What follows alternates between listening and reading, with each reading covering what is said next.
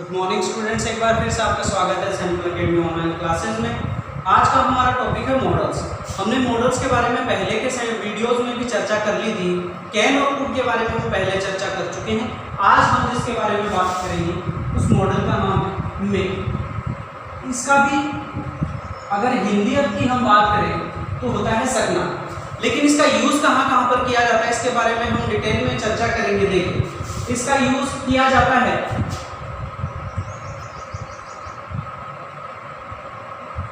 Formal permission के लिए। Formal permission का मतलब यहां पर है औपचारिक आज्ञा। औपचारिक आज्ञा का फॉर्मल परमिशन का मतलब यहां पर ये होता है कि जहां पर सामने वाले की आज्ञा लेना, परमिशन लेना आवश्यक होता है किसी कार्य को करने के लिए, उसे फॉर्मल परमिशन कहते हैं। दूसरा, इसका यूज लिया जाता है ऑप्टेटिव सेंटेंसों में। ऑप्टेटिव सेंटेंस यानी आशीर्वाद सूचक वाक्य, ऐसे वाक्य जिनके अंदर किसी व्यक्ति को श्राप दिया जाता है, बद्दुआ कह सकते हैं। इसके अलावा किसी को आशीर्वाद दिया जाता है, किसी के लिए प्रार्थना की जाती है या किसी के लिए दुआ की जाती है। ऐसे सेंटेंसों को ऑप्टेटिव सेंटेंस कहा जाता है और ऑप्टेटिव सेंटेंस के अंदर हम हमेशा ही मे का यूज लेते हैं। इसके अलावा अगर हम बात करें मे का यूज कहाँ किया जा सकता है, तो एक पॉजिटिव यानी सकारात्मक जो पॉसिबिलिटी होती है, संभावना होती है, ऐसे सेंटेंसों के अंदर भी हम हमेशा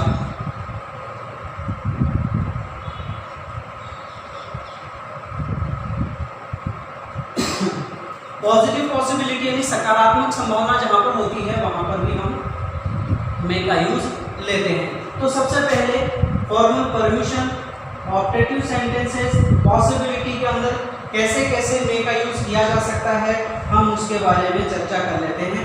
इसका सेंटेंस का उपयोग रिक्वेस्ट आदि के लिए भी किया जाता है, तो किस तरह से किया जाता है इसके बारे में हम चर्चा कर लेते हैं। देखिए, जैसे फॉर्मल परमिशन के लिए आपने सबसे प्रसिद्ध जो वाक्य हैं उनमें से एक आप देख सकते हैं, मे आई कम इन सर, क्या मैं अंदर आ सकता हूँ श्रीमान। तो यहाँ पर फॉर्मल परमिशन है, सामने वाले की आज्ञा लेना ही आवश्यक है, उसके बिना हम उस कार्य को नहीं कर सकते। फॉर्मल परमिशन के लिए मे का यूज यहाँ पे किया जाता है। तो यहाँ पर एक ये फॉर्मल परमिशन का एक एग्जाम्पल सेंटेंस हो गया। और भी बहुत से सेंटेंस आप उपयोग ले सकते हैं। मैं I sit here sir, may I go out sir, may I go to drink sir. ऐसे सारे सेंटेंसों के अंदर हम क्या है कि मे का यूज लेते हैं, जहाँ पर सामने वाला व्यक्ति हमसे पद में या अधिकार में बड़ा होता है और औपचारिक तौर पर हमें उसकी आज्ञा लेना आवश्यक होता है। ऑप्टेटिव सेंटेंस की बात करें तो देखिए, जैसे मे यू प्लेस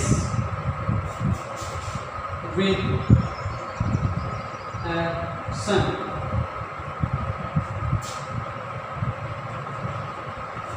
पुत्र भव, जैसे हिंदी में कहते हैं कि आप एक पुत्र से ब्लेस हो, आपको एक पुत्र की प्राप्ति हो, इस तरह से। और भी ऑप्टेटिव सेंटेंस के आप एग्जांपल देख सकते हैं, जैसे मे यू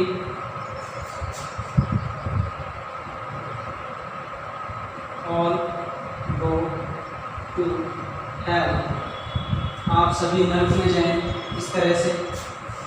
तो इस तरह के सेंटेंसों के अंदर मे का यूज लिया जाता है ऑप्टेटिव सेंटेंसों के अंदर। पॉजिटिव पॉसिबिलिटी के अगर एग्जांपल की बात करें तो जैसे there are clouds in the sky,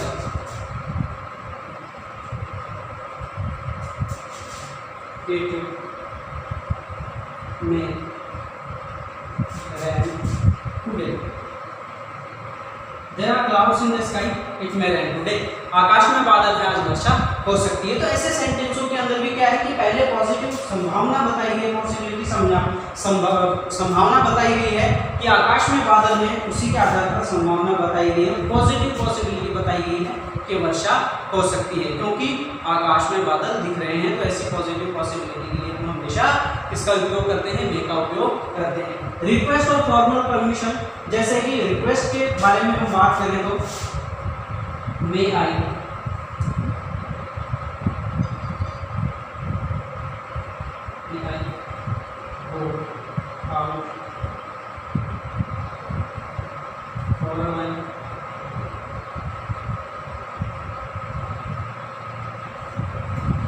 may I go out for a while, क्या मैं कुछ समय के लिए बाहर जा सकता हूँ, कुछ देर के लिए बाहर जा सकता हूँ। तो रिक्वेस्ट है, प्रार्थना है।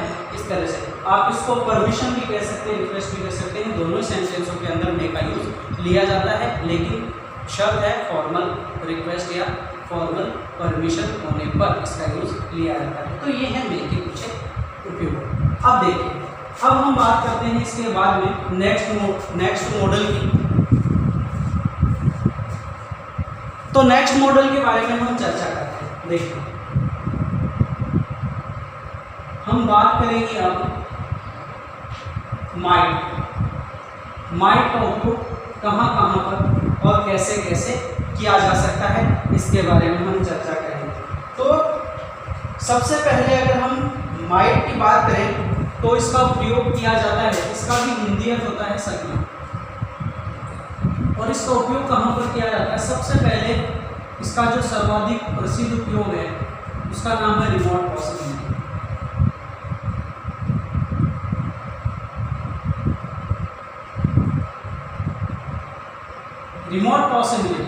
रिमोट पॉसिबिलिटी का अर्थ होता है ना के बराबर। ना के बराबर जो संभावना होती है, उस ना के बराबर संभावना के लिए हम, ऐसी संभावना के लिए हम माइट का उपयोग करते हैं। अब देखिए, जिस तरीके से हमने ये मे का उपयोग देखा था, उसी तरीके से इसका उपयोग है, लेकिन ये सकारात्मक पॉसिबिलिटी के लिए उपयोग किया जाता है।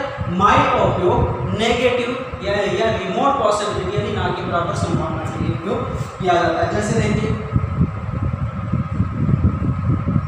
There are no clouds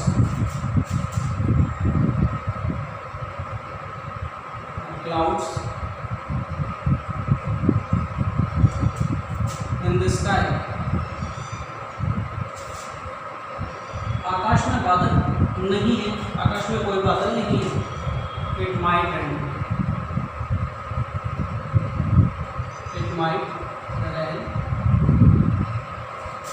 today.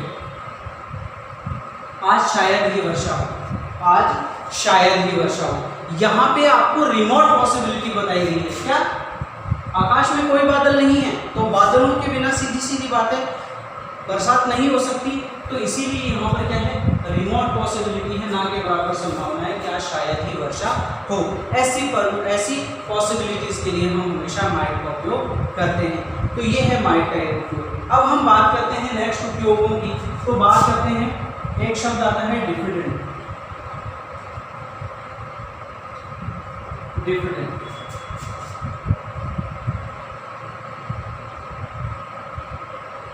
Diffident permission, संशयवादी।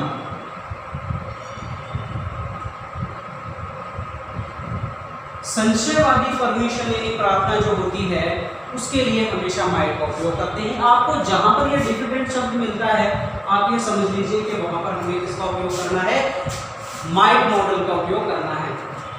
90% जो सेंटेंसेस होते हैं डिफिडेंट शब्द के आ जाने पर माइट का उपयोग ही आता है उनके अंदर। अब देखिए, संशयवादी का अर्थ यहाँ पर यह है कि जहाँ पर जिस ऐसी आज्ञा को मांगने के लिए जब हमारे मन में एक शंका होती है कि यह हमें पूछना चाहिए या नहीं पूछना चाहिए, ऐसी चीज़ों के ऊपर हम माइट का उपयोग करते हैं। जैसे देखिए, might I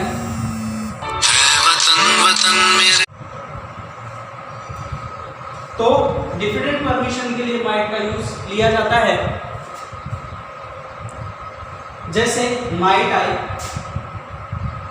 ask a question,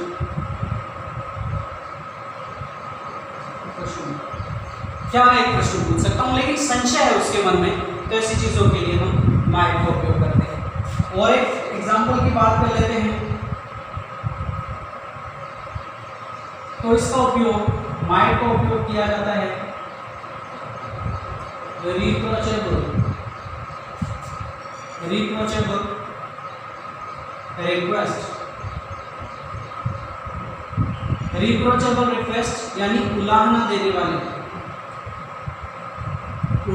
देने वाले रिप्रोचेबल प्रार्थना के लिए इसका उपयोग किया जाता है।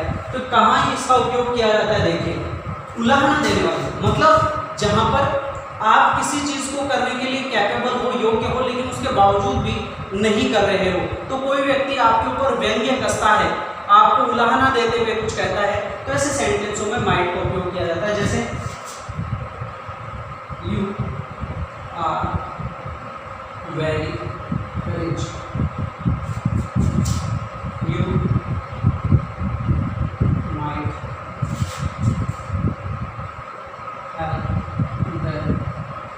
नीडी,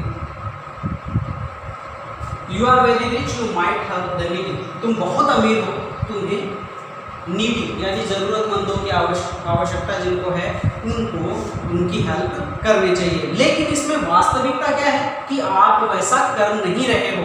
वास्तव में यहाँ पर माइट के द्वारा वो क्या इंडिकेट करना चाहता है कि आप वैसा कर नहीं रहे हो, जबकि आपको वैसा करना चाहिए। तो उलाहना देने वाले ऐसे सेंटेंसों के अंदर हमेशा माइट का उपयोग होता है। तो यह है माइट का उपयोग। आगे के वीडियो आज के लिए इतना ही। आगे के जो सेंटेंसेस होंगे उनके अंदर हम शुड है, मस्ट है, उनके बारे में चर्चा करेंगे। तब तक के लिए आप इनके बारे में समझते रहिए। धन्यवाद।